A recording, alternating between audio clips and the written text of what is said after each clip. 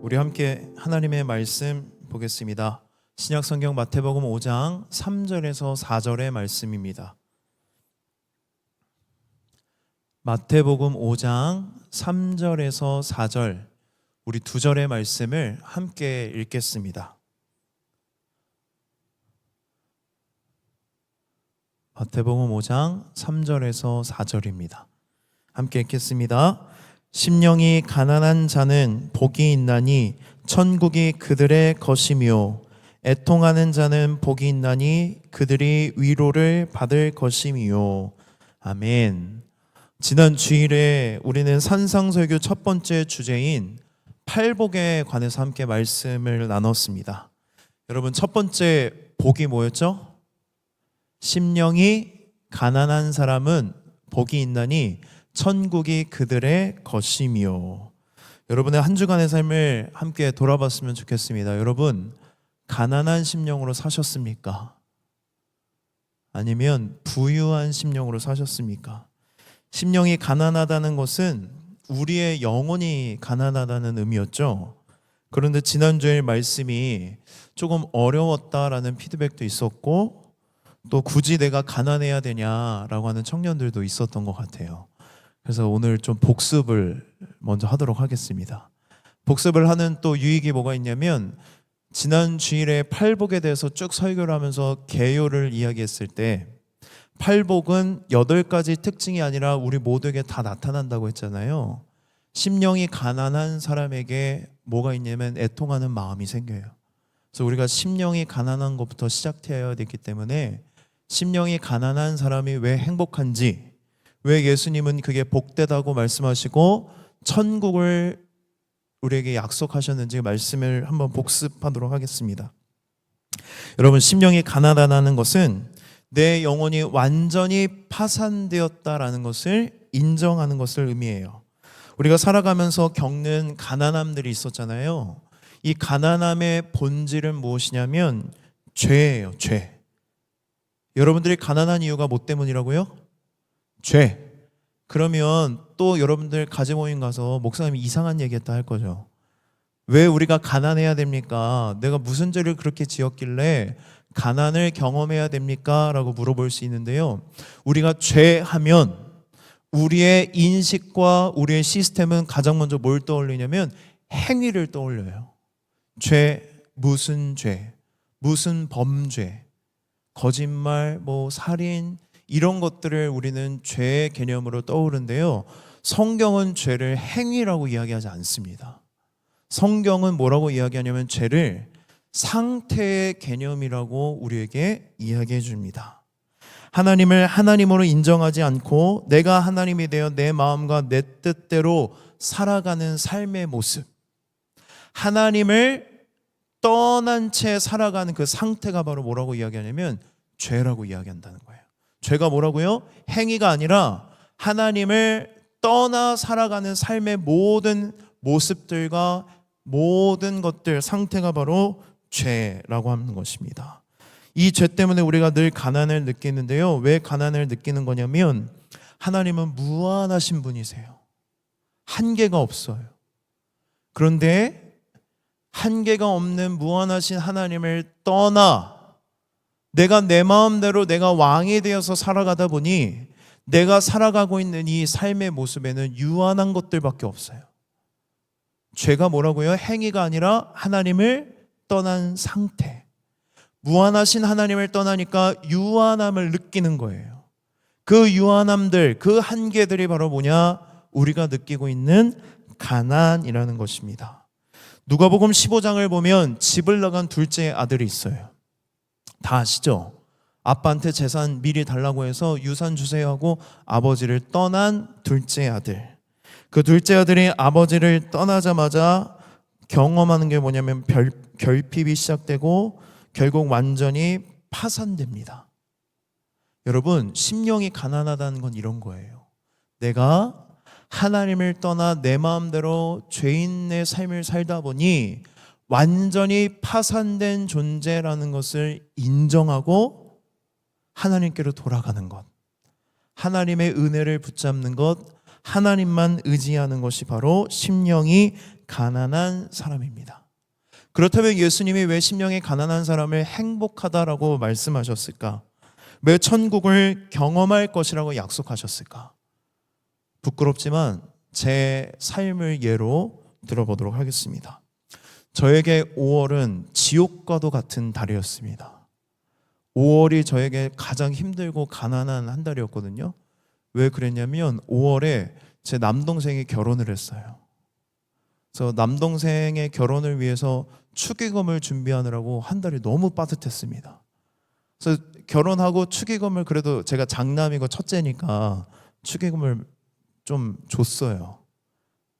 그러니까 허덕이고 있는데 갑자기 연락이 왔는데 무슨 연락이 왔냐면 자동차 보험을 갱신할 날이 왔다는 거예요. 1년 단위로 보험을 하거든요. 근데 이게 뭐 여러분 뭐 한 달에 5만 원 이런 되는 게 아니라 이건 1년 단위이기 때문에 40에서 한 60만 원 사이를 해요. 그러니까 제가 거기에서 완전히 이제 가난을 느끼면서 마음이 가난해지기 시작했습니다. 너무 힘들었습니다. 불평하고 원망하고 제 마음이 가난해지고 마음에 여유가 없다는 것을 알았는데요. 그러던 어느 날 누군가가 이런 이야기를 저한테 해요. 목회자는 고귀한 사명을 지닌 존재다. 고귀한 사명을 지닌 존재이기 때문에 목회자는 절대로 돈에 움직이지 않는다. 제가 그 이야기를 들었을 때 어떤 반응을 했을까요? 폭주했습니다. 제 마음이.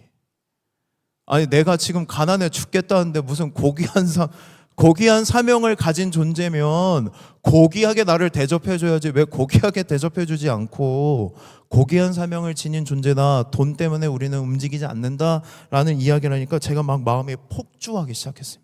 하나님 앞에 막 불평하고 불만하고 원망을 하면서 새벽에 기도하러 나왔는데 기도가 돼요 안 돼요? 마음이 가난하니까 기도가 안 되더라고요. 그래서 그냥 나와서 자리 채우고 있다가 불 끄고 바로 올라가서 잤어요. 제가 하나님 앞에 대한 원망과 또 뭔가 이렇게 반항의 모습이었어요. 왜 이렇게 힘들게 살아야 될까? 왜 이렇게 가난에 허덕여야 될까? 그러다가 제가 지난 주일부터 무슨 말씀을 준비하기 시작했어요? 팔복, 심령이 가난한 사람. 이 말씀을 준비하는데 제 심령이 가난하지 않으니까 준비가 잘 안 되더라고요.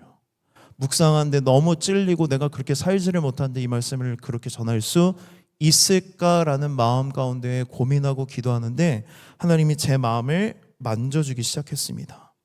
하나님께서 제 마음을 만져주시면서 심령이 가난하다는 것을 깨닫게 하셨고 이 가난함을 가지고 하나님 앞에 나오라는 거예요. 그래서 제가 그 마음을 갖고 그날 새벽에는 하나님 앞에 나아가서 제 가난함을 인정했어요. 하나님, 제 마음이 너무 가난합니다.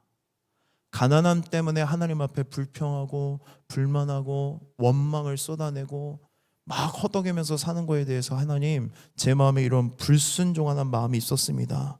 죄송합니다 라고 이렇게 기도하기 시작하자 하나님께서 5월 한 달 동안 지출이 많았지만 하나님이 채워주시고 먹여주시고 베풀어 주셨던 것을 하나하나씩 깨달아 알게 해주셨어요.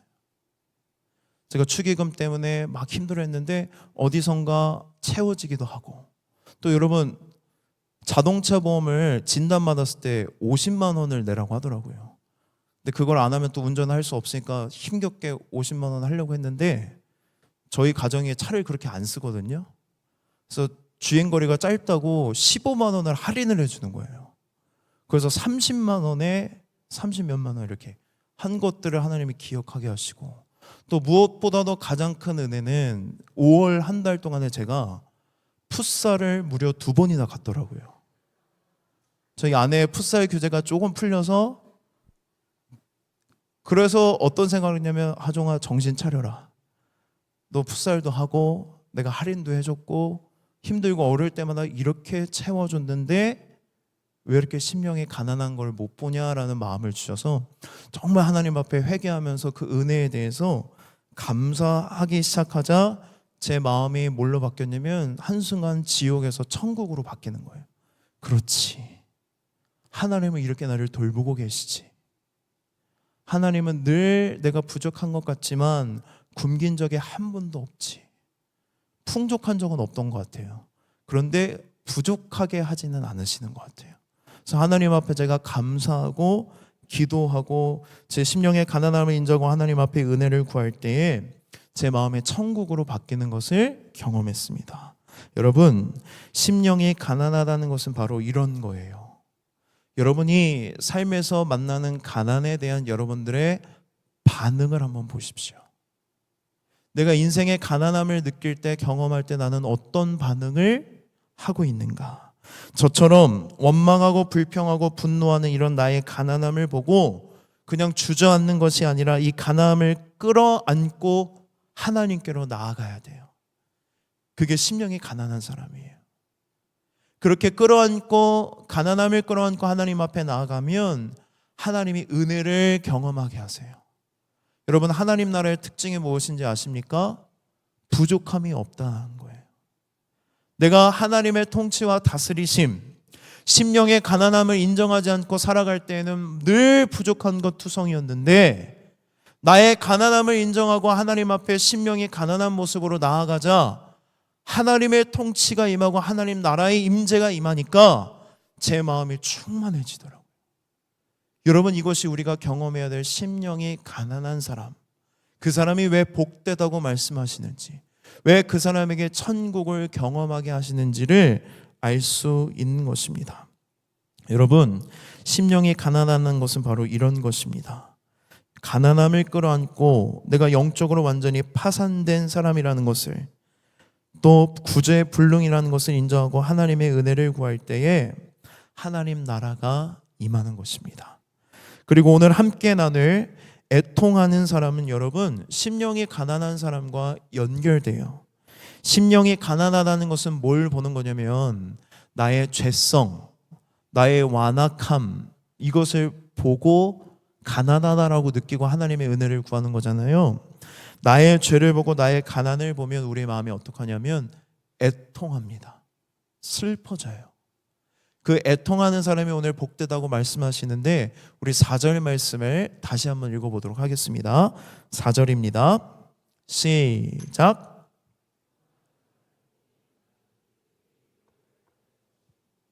아멘. 예수님이 말씀하시는 애통이 뭘까? 국어사전에 보니까 이 애통을 슬퍼하고 가슴 아파함이라고 정의하고 있고요. 영어 성경의 번역본들을 보니까 mourn이라고 번역하고 있더라고요.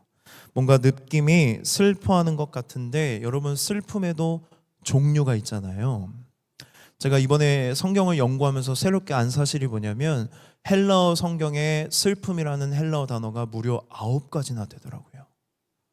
그러니까 이 9가지나 된다라는 것, 슬픔을 9가지로 분류하고 있다는 것은 어떤 의미냐면 우리 인생이 경험하는 슬픔의 종류가 많다라는 거예요.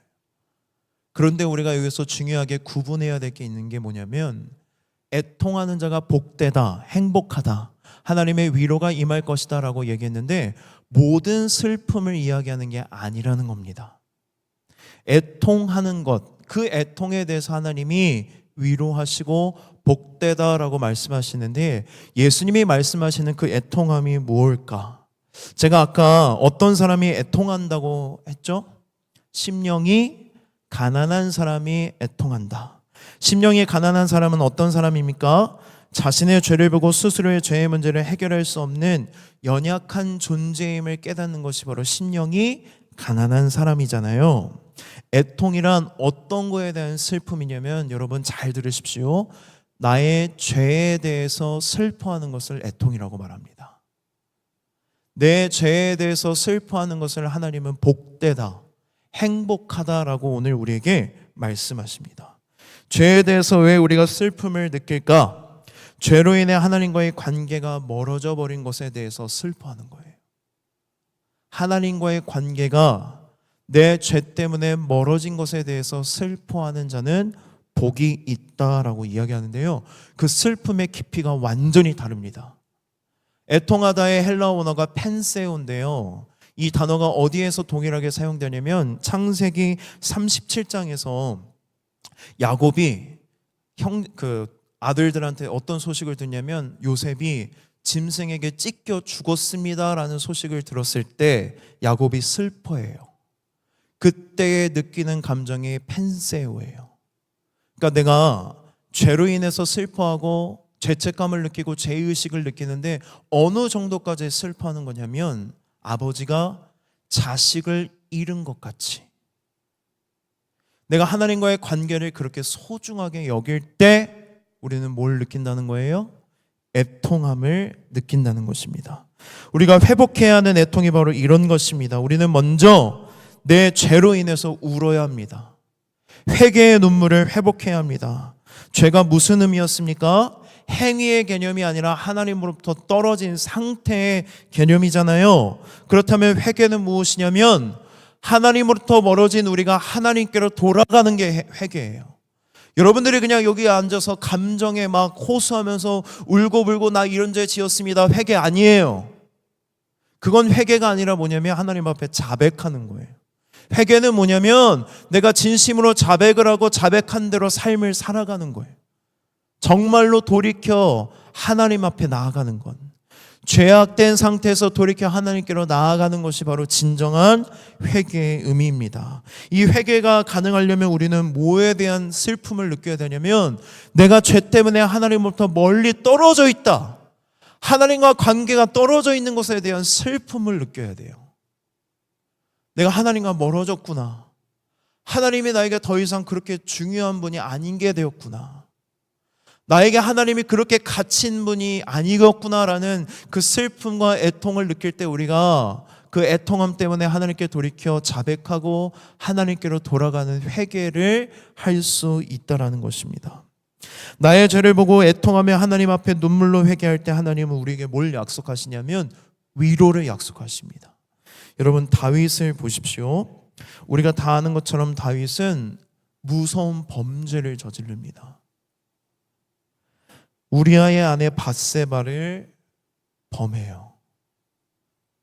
우리가 너무 다윗을 좋게 생각하고 막 이렇게 생각하는데 여러분, 그냥 위력에 의한 성폭력이에요. 왕의 자리에 있기 때문에 위력을 행사한 성폭행입니다. 그런데 우리아의 아내 밧세바를 범하게 됐는데 밧세바가 임신을 해요. 그래서 그 임신의 사실을 들키지 않으려고 충신이었던 우리아 장군을 전쟁터 맨 앞에 보내고 다른 장군들에게는 뒤로 가라고 합니다. 결국 우리아가 어떻게 돼요? 죽어요. 우리아를 죽인 거와 마찬가지입니다. 그런데 우리가 이 말씀을 보면서 뭘 느껴야 되냐면 다윗이 잘못됐다라는 것을 느끼지 못해요. 어떤 죄의식도 없고 죄책감도 느끼지 못하는 다윗을 보게 됩니다. 그러자 하나님께서 나단 선지자를 다윗에게 보내 단도직입적으로 너가 죄를 지었다라고 말씀하세요. 그때 다윗이 자신의 죄로 인해 처참한 결과를 직면하게 되면서 눈물을 흘리며 하나님 앞에 애통합니다. 진심으로 하나님 앞에 회개해요. 그 진심으로 회개하며 지었던 시편이 시편 51편의 말씀이거든요. 그의 진심이 얼마나 담겨져 있는지, 그의 애통이 어떤지 우리 한번 말씀을 읽어보겠습니다. 2절의 말씀인데요, 시편 51편 3절과 17절 말씀 2절을 함께 읽겠습니다. 시작.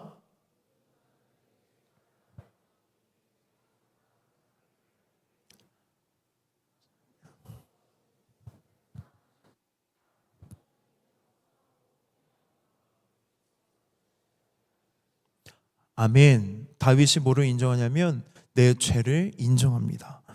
내 죄를 보면서 애통해야 합니다. 죄를 보면서 뭘 봤냐면 여러분, 자신으로 인해 파괴된 우리아의 가정을 보고, 죄로 인해 너무나도 망가져버린 자기 자신의 모습을 보고, 어떠한 죄책감과 죄의식을 느끼지 못하고 하나님과 멀어졌던 하나님과의 관계에 대해서 보기 시작하자 다윗이 애통하기 시작합니다. 다윗에게 가장 큰 아픔은 하나님과의 관계가 멀어진 것이었습니다. 여러분, 우리가 애통하려면 한 가지 조건이 필요한데요, 하나님과의 관계에 대해서 애착이 있어야 돼요. 그 관계에 대한 소중함, 하나님과의 관계에 대한 가치를 느끼지 못하면 여러분, 우리는 애통을 느낄 수가 없습니다. 관계에 대해서, 하나님과의 교제, 친밀함, 이 관계가 주는 기쁨과 행복을 경험한 사람은 죄로 인해서 하나님과 멀어진 그 관계에 대해서 애통하게 되어 있어요. 여러분, 연애를 한다고 해봅시다. 연애를 하면 연애 초기에 너무 좋죠? 아니라고 해야죠, 여러분. 초기에만 좋은 게 아니라 지금도 좋고 앞으로도 좋아야 여러분 그 욕 안 듣는 거예요.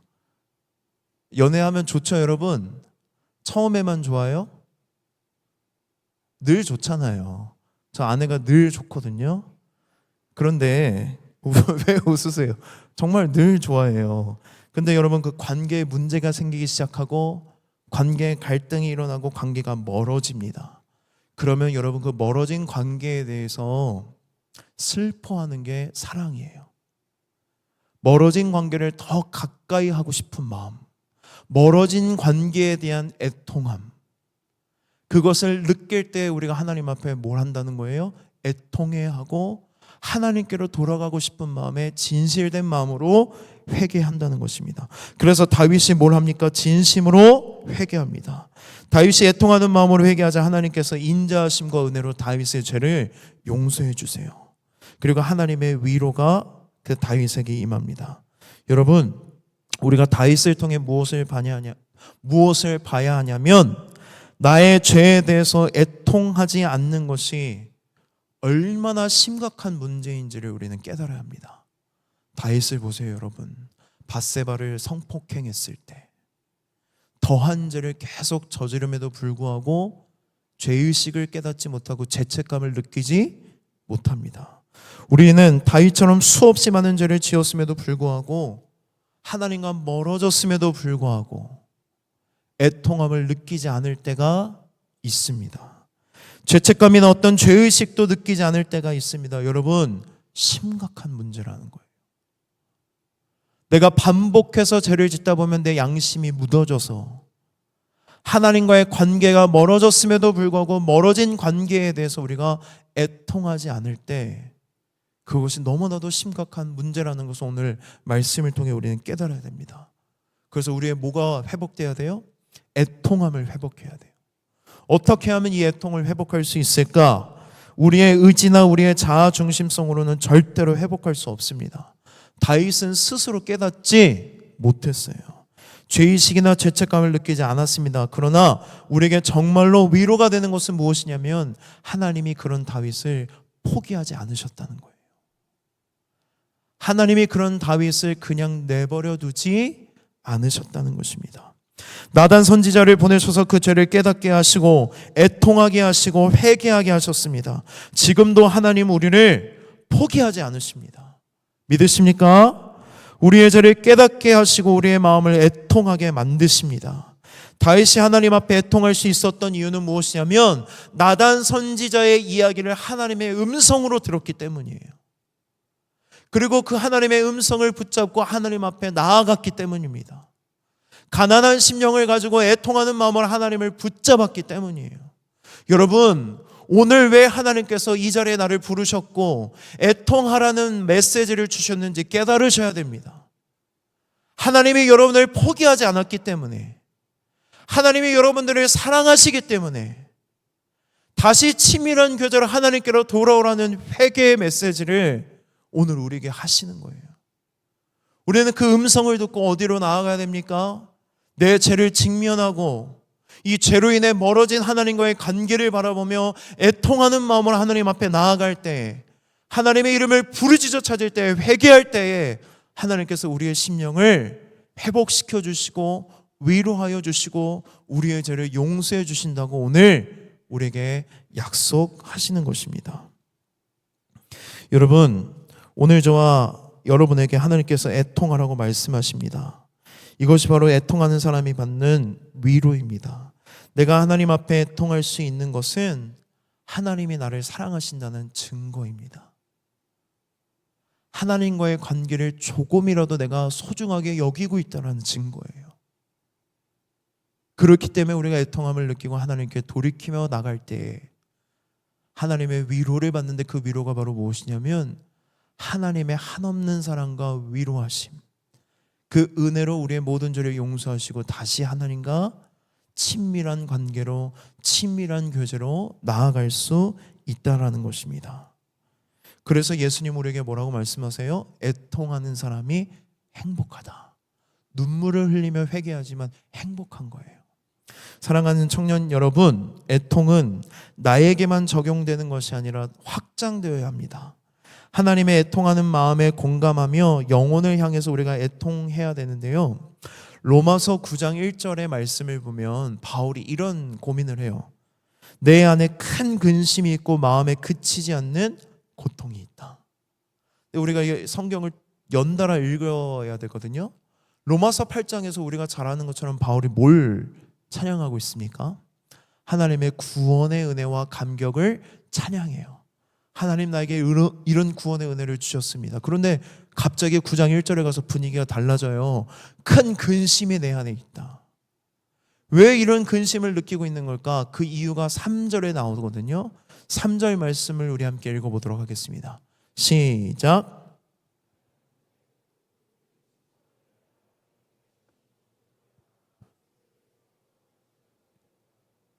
아멘. 이 말씀을 해석하자면 이런 거예요. 바울이 나 혼자만 구원받고 은혜와 감격 속에 기뻐하고 행복해야 하는데 눈을 돌이켜 주변을 돌아보니 나와 같은 은혜를 누리지 못하고 있는 영혼들이 눈에 보이는 거예요. 그러면서 그 영혼을 향한 애통하는 마음으로 뭐라고 이야기하냐면 나의 가족, 내 민족이 구원받기까지 내가 애통하겠다. 내 마음에 애통하다라고 이야기하면서 이런 얘기를 해요. 내가 저주를 받아서 그리스도에게서 끊어질지라도 내 고륙과 친척의 구원받기를 원한다라고 이야기합니다. 여러분, 나만 구원받고 나만 행복한 것이 아니라 나만을 위해서 애통하는 것이 아니라 구원받지 못한 나의 가족, 또 나의 친구들, 우리 민족과 열방을 향한 하나님의 마음을 품고 우리는 애통해야 된다라는 거예요.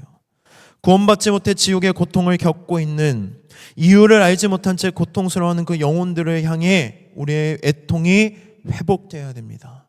그들이 구원받기까지 우리가 눈물의 기도를 쉬지 말아야 한다는 거예요. 바울은 심지어 이렇게 고백합니다. 내 사랑하는 형제, 친척이 민족에 구원받고 변화되기만 한다면 나는 그리스도에게서 끊어져 버림받아도 좋다.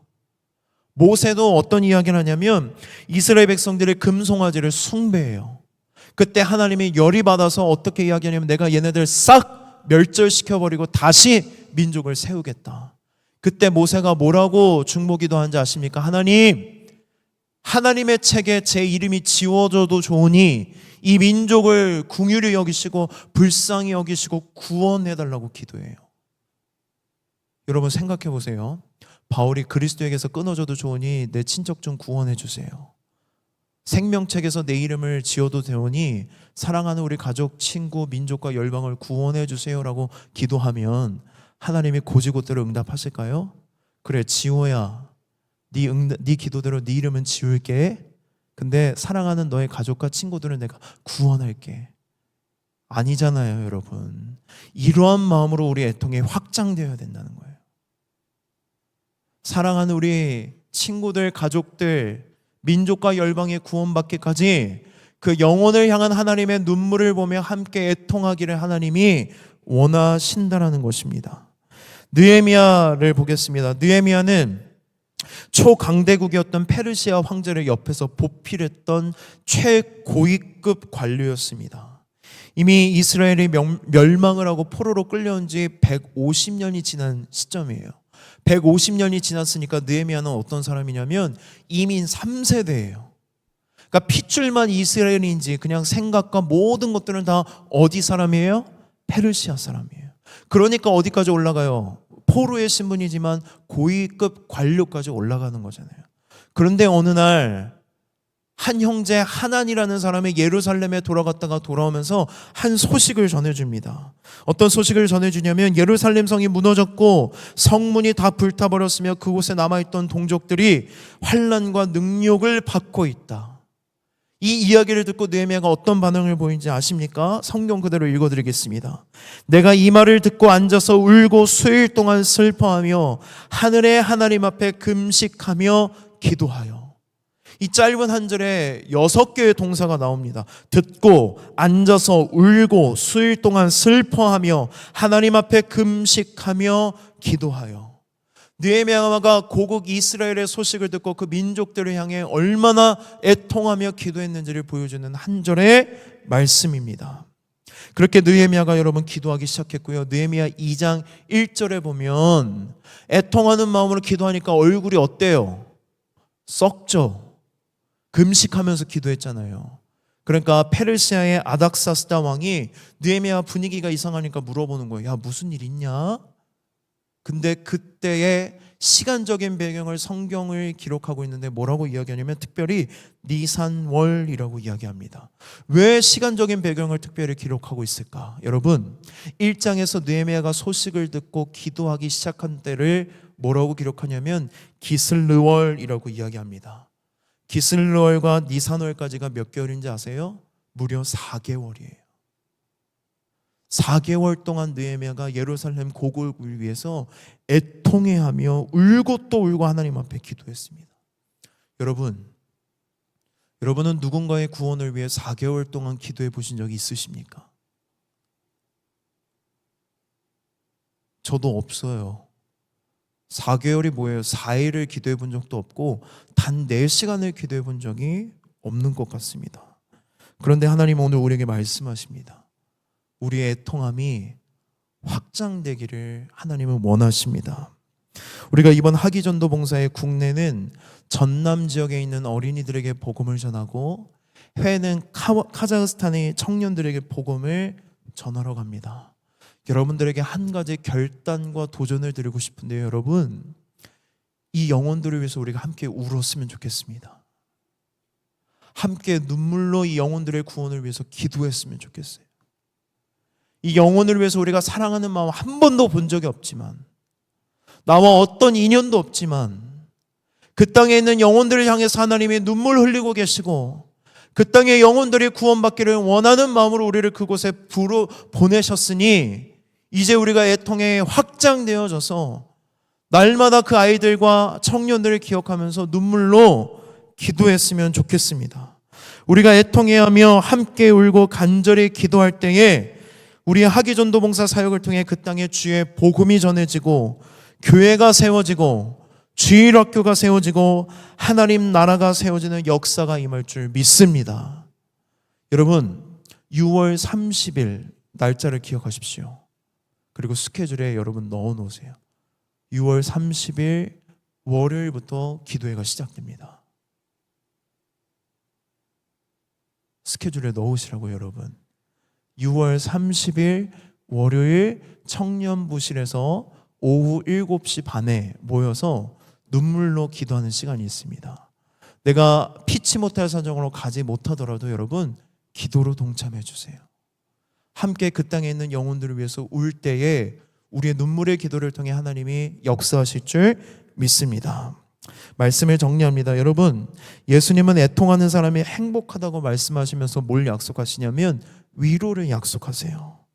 애통하는 사람이 받는 위로가 뭘까?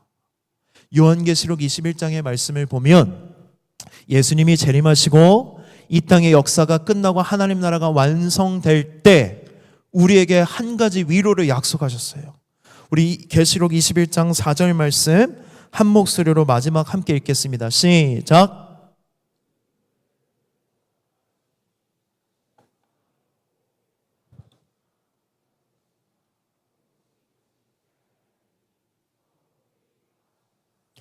아멘. 여러분, 예수님이 재림하시는 날 새 하늘과 새 땅이 임하고 하나님 나라가 완성되면 우리에게 뭘 약속하셨냐면 천국의 위로를 약속하셨어요. 하나님께서 우리의 모든 눈물을 어떻게 해주신대요? 닦아주신대요. 이제 다시는 사망이 없고 애통하는 것이 없고 울고 아픈 것도 다 없대요. 왜 그런지 아십니까?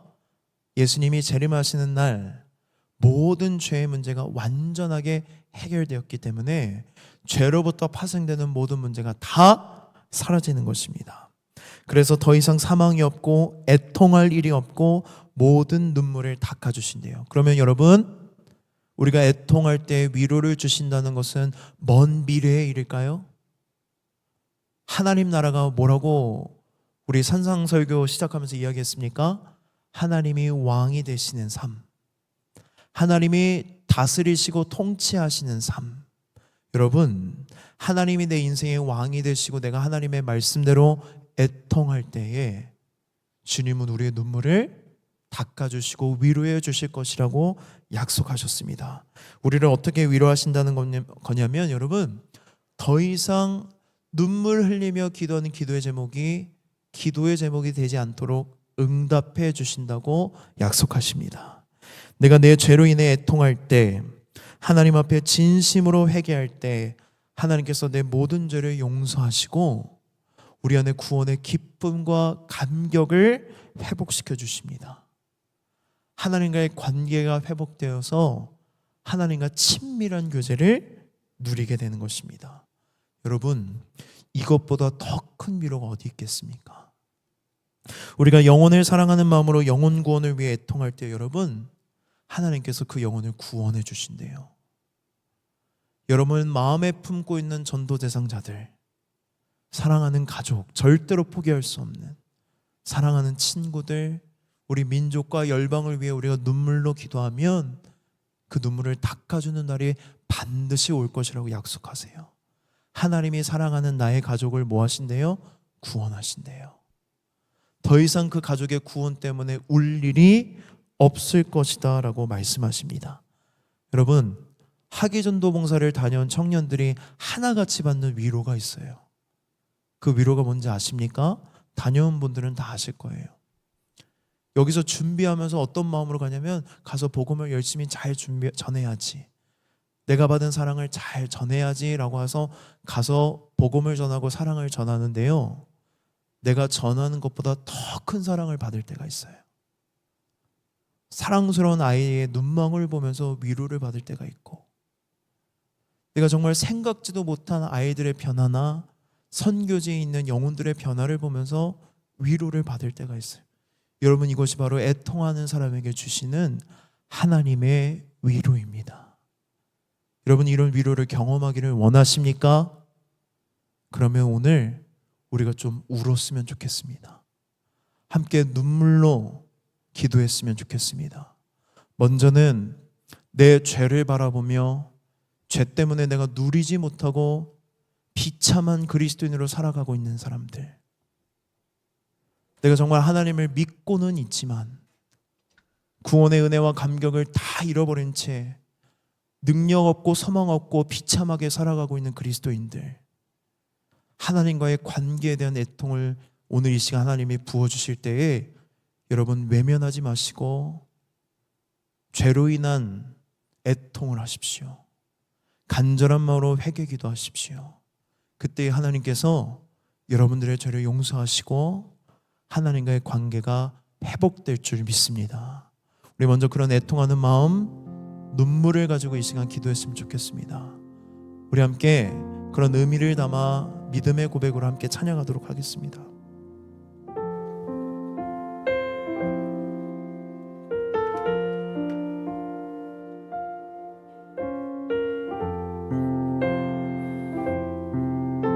우리 함께 고백합시다. 너무 멀리 왔나요? 너무 멀리 왔나요? 주님께 돌아가기에 사랑의 주님 그 품을 떠나 내 영혼 잃어버린 지금 너무 늦은 건가요? 너무 늦은 건가요? 내 영혼 회복하기에 수많은 죄악 속에 갇혀서 주님을 잃어버린 지금, 하지만 내 영혼 주님 기다려요. 변함없는 주님의 사랑을 내 모습 이대로 주께 돌아가요. 나의 손을 잡아주소서. 다시 주님의 얼굴 내 영혼 볼 수 있도록 나를 구원하소서. 다시 주의 임재 가운데 내 영혼 살 수 있도록. 우리 한 번 더 고백합시다. 너무 멀리 왔나요? 너무 멀리 왔나요? 주님께 돌아가기에 사랑의 주님 그 품을 떠나 내 영혼 잃어버린 지금 너무 늦은 건가요? 너무 늦은 건가요? 내 영혼 회복하기에 수많은 죄악 속에 갇혀서 주님을 잃어버린 지금 하지만 내 영혼 주님 기다려요.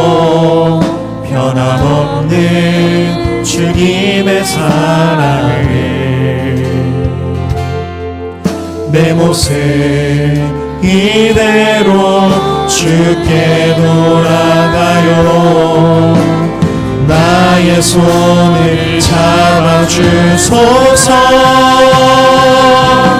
다시 주님의 얼굴 내 영혼 볼 수 있도록 나를 구원하소서. 다시 주의 임재 가운데 내 영혼 살 수. 하지만 내 영혼, 하지만 내 영혼 주님 기다려요. 변함없는 주님의 사랑을 내 모습 이대로 주께 돌아가요. 나의 손을 잡아주소서. 다시 주님의 얼굴 내 영혼 볼 수 있도록 나를 구원하소서. 다시 주의 임재 가운데 내 영혼 살 수. 다시 주님의 얼굴, 다시 주님의 얼굴 내 영혼 볼 수 있도록 나를 구원하소서. 다시 주의 임재 가운데 내 영혼 살 수. 우리 한번 더 간절하게 다시 주님의 얼굴, 다시 주님의 얼굴 내 영혼 볼 수 있도록 나를 구원하소서. 다시 주의 임재 가운데 내 영혼 살 수 있도록. 우리 시간 함께 회개 기도했으면 좋겠습니다. 죄에서 돌이켜 하나님께로 나아가기를 원합니다. 하나님, 정말 하나님과의 멀어진 이 관계를 바라보며 우리 안에 애통하는 마음이 있게 하여 주시고, 하나님과의 관계를 더욱 사모하고 더욱 가치 있게 여기며 하나님께로 돌이켜 나아가 하나님과 친밀한 교제를 나누는, 하나님의 임재에 뛰어놀며 기뻐하는 우리의 영혼이 될 수 있도록 이 시간 회개하며 주님 앞에 나아가기를 원합니다. 우리 한 번 더 주여 간절하게 외치시고, 간절한 마음으로, 애통하는 마음으로 하나님 앞에 회개하며 나아가겠습니다. 주여,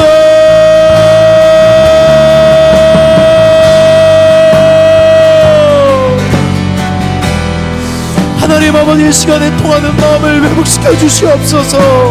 하나님과의 관계를 소중히 여기지 아니하고 하나님 세상의 관계에 기웃거리며 하나님으로부터 아버지 하나님 채울 수 있는 것들을 세상의 관계에서 채움받기를 원하며 방황하고 공허하고 허무함을 느끼며 살아갔던 지난 날들의 삶을 돌아봅니다. 하나님, 이제는 하나님께로 돌이키를 원하오니 하나님께로 애통하는 마음을 가지고 회개하며 나아가오니 하나님, 이 시간 회개의 영이 우리들 가운데 충만하게 임하여 지게 하여 주소. 내 죄를 바라볼 수 있게 하여 주시고, 내 죄 때문에 하나님과의 멀어진 관계로 인해 비참하게 살아가고 있는 내 자신을 돌아볼 수 있게 하여 주시옵소서.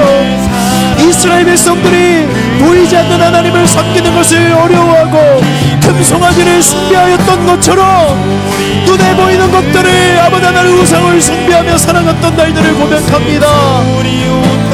우상으로 아버지 하나님 내 마음을 채움받기를 원했던, 하나님만이 줄 수 있는 것들을 하나님 아버지 우상들에게 받기를 원하는 마음으로 하나님을 떠나 살았던 우리들의 비참함을 바라볼 수 있게 하여 주시옵소서.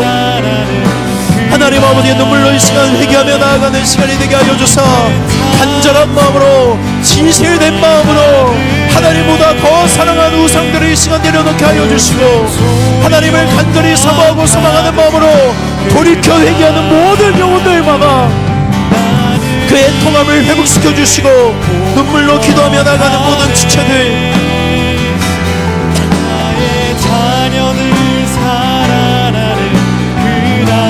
하나님과의 관계가 회복되는 놀라운 은혜가 있게 하여 주시옵소서. 하나님, 우리가 하나님 앞에 진실한 마음으로 회개하며 나아갈 때에 우리 모든 삶을, 우리의 죄악을 용서해 주신다고 약속하셨습니다. 다윗의 심령을 가지고 이 시간 기도하며 나아갑니다. 애통하는 마음으로 기도하며 나아갑니다. 하나님과의 관계를 소망하는 마음으로, 간절한 마음으로 기도하며 나아갑니다. 하나님, 우리의 눈물이 회복되어지게 하여 주시고 회개가 회복되게 하여 주시며 하나님의 죄의 용서함을 통해 그 은혜와 사랑을 더욱 깊이 경험하고 복음의 아버지 하나님 그 은혜가 충만하여질 수 있도록 붙잡아 주시옵소서. 하나님, 이 시간 내 모든 죄악과 허물과 연약함과 부족함과 심령의 가난한 마음으로 주님 앞에 나아갑니다. 애통한 마음으로 주님 앞에 나아갑니다. 하나님 아버지, 우리의 마음을 회복시켜 주시고 하나님, 무엇보다 하나님을 더 가치 있는 분으로, 가장 가치 있는 분으로 여길 수 있는 마음의 회복이 있게 하여 주시옵소서. 내가 예수 그리스도를 사랑하고 예수 그리스도를 섬기겠다고 아버지 하나님 앞에 결단하고 회심하였던 그 순간들처럼 우리의 마음을 회복하여 돌이켜 하나님만을 바라볼 수 있게 하여 주시고 하나님만을 예배하게 하여 주시며 하나님을 위해 일하는 모든 것들이 하나님 기쁨과 행복이 될 수 있도록 우리의 마음을 아버지 하나님 새롭게 하여 주시옵소서. 하나님, 회복시켜 주시옵소서. 눈물로 얘기합니다. 눈물로 기도합니다. 주저앉지 아니하도록 주님 앞에 기도할 수 있도록 붙잡아 주시옵소서. 우리 한 번 더 기도하겠습니다. 이 시간 기도하며 나아갈 때에 자꾸만 우리를 주저앉게 만드는 모든 반복되는 죄악으로부터 여러분 이별을 구하십시오. 이제 그 죄악으로부터 떠나겠다고 하나님 앞에 약속하고 결단하십시오. 돌이키십시오. 세상이 주는 즐거움과 기쁨보다 하나님과의 관계에서 누리는 기쁨과 즐거움이 우리에게 더 큰 가치가 되기를 원한다고 이 시간 기도하며 나아갈 때에 반복되는 모든 죄악으로부터 하나님께서 우리에게 자유함을 주실 줄 믿습니다. 우리가 해결되지 못하는 모든 죄악들, 그 죄를 끌어안고 기도하는 것이 아니라 하나님의 은혜와 사랑 십자가를 붙들고 기도하며 나아갈 때에 하나님 우리에게 온전한 회복을 주실 줄 믿습니다. 자유함을 주실 줄 믿습니다. 우리를 일으켜 주실 줄 믿습니다. 우리 함께 기도하겠습니다. 하나님 아버지, 하나님 앞에 반복되어지는 죄악들이 있습니다. 나를 자꾸만 주저앉게 만들고, 나를 자꾸만 돌이키게 만들고, 안락하게 만들고, 편안하게 만들고, 익숙하게 만들고, 일어서지 못하는 반복되는 죄악으로부터 자유함을 얻기를 원합니다.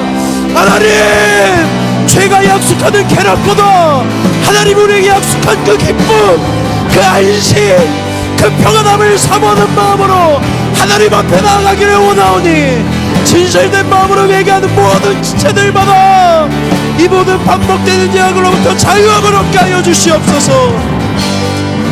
하나님 모든 죄악들로부터 작별을 구하며 나아가오니, 하나님 앞에 약속하고 결단한 우리의 기도의 제목대로 하나님 이제는 반복되는 죄악이 더 이상 하나님 내 발목을 붙잡지 않게 하여 주시고, 돌이켜 그리스도인답게, 하나님 그리스도인답게, 하나님의 거룩한 자녀답게 살아갈 수 있는 하나님 우리의 삶이 될 수 있도록 은총을 더하여 주시옵소서. 하나님의 사랑과 은혜를 붙잡고 기도하며 나아갑니다. 십자가 앞에 나아가 하나님 내가 얼마나 더 죄인인지를 깨달아 알게 하여 주시고, 내가 생각하고 내가 상상하는 것보다 더 큰 은혜와 사랑을 받고 있다는 것을 깨달아 알게 하여 주사, 하나님 죄가 주는 쾌락에 더 이상 넘어가지 아니하고 하나님만 바라보는 우리들이 될 수 있도록 주님 은혜를 더하여 주시옵소서. 우리 함께 찬양합시다. 사망의 그늘에 앉아, 사망의 그늘에 앉아 죽어가는 나의 백성들, 절망과 굶주림에 갇힌 저들은 내 마음에 오랜 슬픔, 고통의 멍에에 매여 울고 있는 나의 자녀들,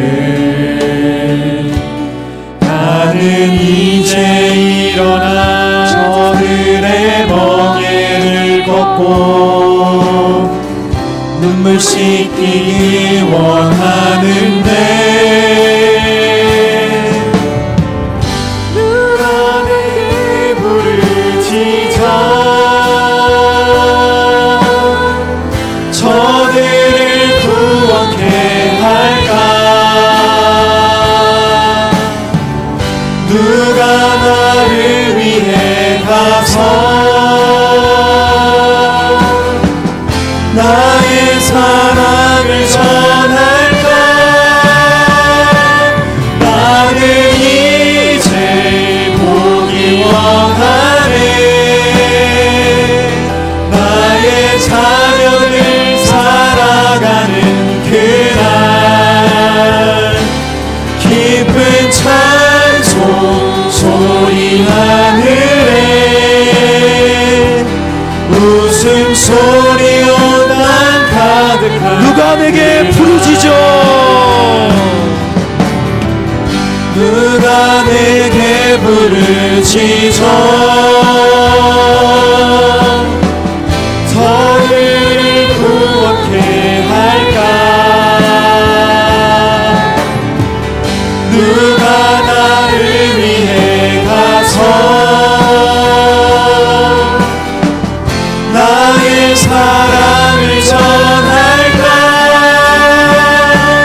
나는 이제 보기 원하네. 나의 자녀를 사랑하는 그날, 깊은 찬송 소리 하늘에 웃음소리로 난 가득한 그날. 우리 이 시간에 우리의 통이 확장되어지기를 원합니다. 특별히 여러분 말씀을 들으며 또 찬양을 하며 여러분의 마음 가운데 떠올랐던 심령들, 영혼들이 있다면 그 영혼들을 위해서 이 시간 함께 울었으면 좋겠습니다. 정말 구원받기를 원하는 그 영혼, 죄로 인해 영원한 고통 가운데 살아가고 있는 그 영혼, 하나님 구원하여 주시옵소서. 애통하는 마음으로 기도하며 나아가오니 우리의 눈물의 기도를 멈추게 하여 주시고 응답하는 그날 하나님 앞에 기쁨과 감사의 찬양을 올려드리는 우리의 애통의 기도가 되게 하여 주시옵소서. 또 한 가지, 우리 하기전도 봉사 하나님의 눈물이 있는 전남 지역에 있는 어린아이들, 카자흐스탄의 청년들, 그들의 영혼들을 기억하며 우리가 애통하며 기도하기를 원합니다. 하나님, 눈물로 기도하며 나아갈 때에 우리의 눈물의 기도가 그 땅 가운데에 복음이 되게 하여 주시고 주의 교회가 세워지게 하여 주시며 그들의 신앙이 자라나고 구원받는 놀라운 은혜의 역사가 임하게 해달라고 우리 이 시간 함께 애통하며 기도하겠습니다. 하나님 아버지, 이 시간 기도하며 나아갑니다. 하나님, 사랑하는 청년들, 아직까지 구원에 확신이 없는 청년들, 하나님 예배를 왜 드려야 되는지 예배에 대한 이유와 목적을 깨닫지 못한 채 이 자리에 앉아있는 것이 어려운 청년들이 있습니다. 하나님 아버지, 그 청년들을 기억하여 주시옵소서. 그들의 마음을 어루만져 주시고 하나님의 복음을 들을 준비를 하게 하여 주시며 준비되고 아버지 때가 되었을 때 복음이 맺혀질 때에 복음의 열매가 그들 가운데 맺혀질 수 있도록 이 땅에 있는 아버지 아들 모든 청년들이 구원받는 놀라운 역사가 임하게 하여 주시옵소서. 하나님 아버지, 여전히 내가 구원받았음에도 불구하고 자유하지 못하고 비참한 그리스도인처럼 살아가고 있는 지체들이 있습니다. 하나님, 여전히 율법에 빠져서 내 행위 때문에 죄책감에 쌓여 하나님 자유로운 신앙생활하지 못하는 지체들, 하나님 그들을 구원하여 주사 하나님의 사랑 가운데 때문에 그들이 자유하게 하여 주시고 회복을 얻게 하여 주시며 복음의 기쁨을 누리는 우리 청년들이 되게 하여 주시옵소서.